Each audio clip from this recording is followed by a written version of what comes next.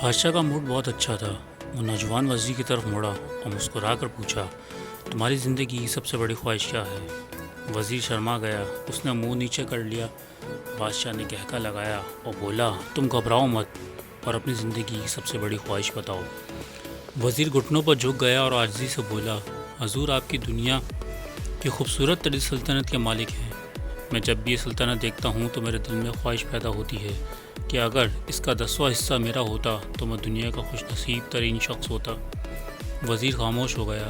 بادشاہ نے کہکا لگایا اور بولا، میں اگر تمہیں اپنی آدھی سلطنت دے دوں تو وزیر نے گھبرا کر اوپر دیکھا اور عاجزی سے بولا، بادشاہ سلامت، یہ کیسے ممکن ہے؟ میں اتنا خوش نصیب کیسے ہو سکتا ہوں؟ بادشاہ نے فوراً سیکرٹری کو بلایا اور اسے 2 احکامات جاری کرنے کا حکم دیا۔ بادشاہ نے پہلے حکم کے ذریعے آدھی سلطنت وزیر کے حوالے کرنے کا حکم دیا۔ دوسرے حکم میں بادشاہ نے وزیر کا سر قلم کرنے کا حکم دیا۔ وزیر دونوں احکامات پر حیران رہ گیا۔ بادشاہ نے احکامات میں مہر لگا دی اور وزیر کی آنکھوں میں آنکھیں ڈال کر بولا، تمہارے پاس 30 دن ہیں۔ تم نے انہی 30 دنوں میں صرف 3 سوالوں کے جواب تلاش کرنا ہے۔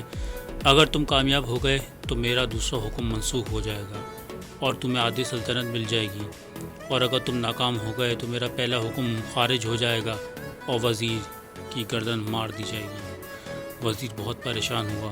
اس کے بعد کہا، میرے 3 سوال لکھ لو۔ وزیر نے لکھنا شروع کر دیا۔ بادشاہ نے کہا، انسان کی زندگی کی سب سے بڑی سچائی کیا ہے؟ دوسرا سوال، انسان کی زندگی کا سب سے بڑا دھوکہ کیا ہے؟ تیسرا سوال، انسان کی زندگی کی سب سے بڑی کمزوری کیا ہے؟ بادشاہ نے اس کے بعد نکارے پہ چوٹ لگوائی اور بآواز بلند کہا، تمہارا وقت شروع ہوتا ہے اب۔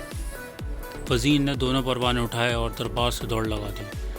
ملک بھر کے دانشور، ادیب، مفکر اور ذہین لوگ جمع کیے اور سوال ان کے سامنے رکھ دیے۔ ملک بھر کے دانشور ساری رات بحث کرتے رہے، لیکن وہ پہلے سوال پر ہی کوئی رائے قائم نہ کر سکے۔ دوسرے دن دانشور بڑھا دیے گئے، لیکن نتیجہ وہی نکلا۔ وہ آنے والے وزیر نے دوسرے روز اور دانشور بڑھا دیے، لیکن نتیجہ وہی نکلا۔ وہ آنے والے دنوں میں لوگ بڑھاتا گیا، مگر اس کو کوئی تسلی بخش جواب نہ مل سکا، یہاں تک کہ وہ مایوس ہو کر دارالحکومت سے باہر نکل گیا۔ وہ سوال اٹھا کر پورے ملک پھرتا رہا، کوئی تسلی بخش جواب نہ مل سکا۔ مارا مارا پھرتا رہا، شہر شہر، گاؤں گاؤں، ہر جگہ کی خاک چھانتا رہا۔ شاہی لباس پھٹ گیا، پگڑی ڈھیلی ہو کر گردن میں لٹک گئی، جوتے پھٹ گئے اور پاؤں میں چھالے پڑ گئے، یہاں تک کہ شرط کا آخری دن آ گیا۔ اگلے دن اس نے دربار میں پیش ہونا تھا۔ وزیر کو یقین تھا کہ اس کی زندگی کا آخری دن ہے، کل اس کی گردن کاٹ دی جائے گی اور جسم شہر کے مرکزی پل پہ لٹکا دیا جائے گا۔ وہ مایوسی کے عالم میں دارالحکومت کی کچی آبادی میں پہنچ گیا۔ آبادی کے سرے پر ایک فقیر کی جھونپڑی تھی۔ وہ گرتا پڑتا اس کی جھونپڑی تک پہنچ گیا۔ فقیر سوکھی روٹی پانی میں ڈبو کر کھا رہا تھا اور ساتھ ہی دودھ کا پیالہ پڑا تھا اور فقیر کا کتا شڑپ شڑپ کر کے آواز سے دودھ پی رہا تھا۔ فقیر نے وزیر کی حالت دیکھی، کہکا لگایا اور بولا، جناب عالی، آپ صحیح جگہ پہنچے ہیں، آپ کے تینوں سوالوں کے جواب میرے پاس ہیں۔ وزیر نے حیرت سے اس کی طرف دیکھا اور پوچھا، آپ نے کیسے اندازہ لگایا ہے کہ میں کون ہوں اور میرا کیا مسئلہ ہے؟ فقیر نے سوکھی روٹی کے ٹکڑے کو رکھا، مسکرایا، اپنا بچھونا اٹھایا اور وزیر سے کہا کہ دیکھیے، آپ کو بات سمجھ آ جائے گی۔ وزیر نے جھک کر دیکھا تو بوریے کے نیچے شاہی خلقت بچھی تھی۔ یہ وہ لباس تھا جو بادشاہ اپنے قریب ترین وزراء کو عنایت کرتا تھا۔ فقیر نے کہا، جناب عالی، میں بھی سلطنت کا وزیر ہوتا تھا، میں نے بھی ایک بار بادشاہ سے شرط لگانے کی غلطی کی تھی اور نتیجہ آپ نے خود دیکھ لیا۔ فقیر نے اس کے بعد سوکھی روٹی کا ٹکڑا اٹھایا اور دوبارہ پانی میں ڈبو کر کھانے لگا۔ وزیر نے پوچھا کہ آپ کو بھی جواب تلاش کر نہیں مل سکے؟ فقیر نے کہکا لگایا اور جواب دیا، میرا کیس آپ سے بہت مختلف ہے، میں نے جواب ڈھونڈ لیے تھے۔ میں نے بادشاہ کو جواب بتائے اور آدھی سلطنت کا پروانہ پھاڑا، بادشاہ کو سلام کیا اور جھونپڑی میں آ کر بیٹھ گیا۔ میں اور میرا کتا دونوں مطمئن زندگی گزار رہے ہیں۔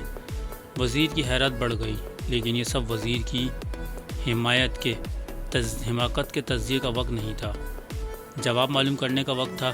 چنانچہ وزیر نے فریادی بن کر اس فقیر سے پوچھا، کیا آپ مجھے سوالوں کا جواب دے سکتے ہیں؟ فقیر نے ہاں میں جواب دیا۔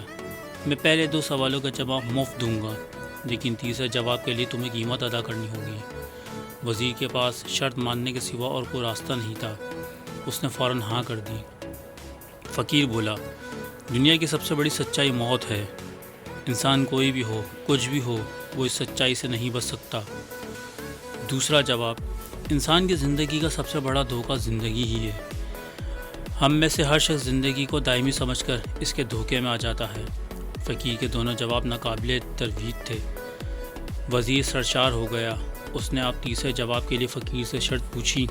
فقیر نے کہکا لگایا اور کتے کے سامنے سے دودھ کا پیالہ اٹھایا، وزیر کے ہاتھ میں دیا اور کہا، میں آپ کو تیسرے سوال کا جواب اسی وقت دوں گا جب آپ یہ دودھ پئیں گے۔ وزیر کے ماتھے پہ پسینہ آ گیا۔ اس نے نفرت سے پیالہ زمین پہ رکھ دیا۔ وہ کسی قیمت پہ کتے کا بچا ہوا دودھ نہیں پینا چاہتا تھا۔ فقیر نے کندھے اچکائے اور کہا، تمہارے پاس اب دوسرا راستہ ہے۔ تم انکار کر دو اور شاہی جلاد کل تمہارے سر اتار دے گا، یا پھر تمہاری جان بچ جائے گی اور تم آدھی سلطنت کے مالک بھی بن جاؤ گے۔ فیصلہ بہرحال تم نے کرنا ہے۔ وزیر پریشان تھا۔ ایک طرف زندگی اور آدھی سلطنت تھی، دوسری طرف کتے کا بچا ہوا دودھ تھا۔ وہ سوچ رہا تھا یہاں تک کہ جان و مال جیت جائے اور عزت نفس ہار گئی۔ وزیر نے پیالہ اٹھایا اور ایک ہی سانس میں دودھ پی لیا۔ فقیر نے مسکرا کر بولا، میرے بچے، انسان کی سب سے بڑی کمزوری غرض ہوتی ہے۔ یہ اس کی کتے کا بچا ہوا دودھ تک پینے پر مجبور کر دیتی ہے، اور یہ وہ سچ ہے جس نے مجھے سلطنت کا پروانہ پھاڑ کر اس جھونپڑی پہ بیٹھنے پہ مجبور کیا۔ میں جان گیا تھا کہ میں جو زندگی کے دھوکے میں آؤں گا اور موت کو جتنا فراموش کرتا رہوں گا، میں اتنا ہی غرض کی دلدل میں دھستا چلا جاؤں گا، اور مجھے روز اس دلدل میں سانس لینے کے لیے غرض کے غلیظ دودھ کا پیالہ پینا پڑے گا۔ لہٰذا میرا مشورہ ہے، زندگی کی ان 3 حقیقتوں کو جان لو، تمہاری زندگی اچھی گزرے گی۔ وزیر شرمندگی اور خود ترسی کا تحفہ لیے فقیر کی جھونپڑی سے نکلا اور محل کی طرف چڑھ پڑا۔ وہ اس احساس شرمندگی میں اضافہ ہوتا رہا، ذلت کا احساس بڑھ رہا تھا۔ اسی دوران اس کے سینے میں درد ہوا۔ اس نے لمبی سی ہچکی لی اور اس کی روح اس دنیا سے پرواز کر گئی۔ میرے دوستو، مجھے یقین ہے کہ ہم لوگوں نے جس دن یہ سوچ لیا، اس دن ہم غرض کی غلطیوں سے بچ جائیں گے اور بہترین زندگی گزاریں گے۔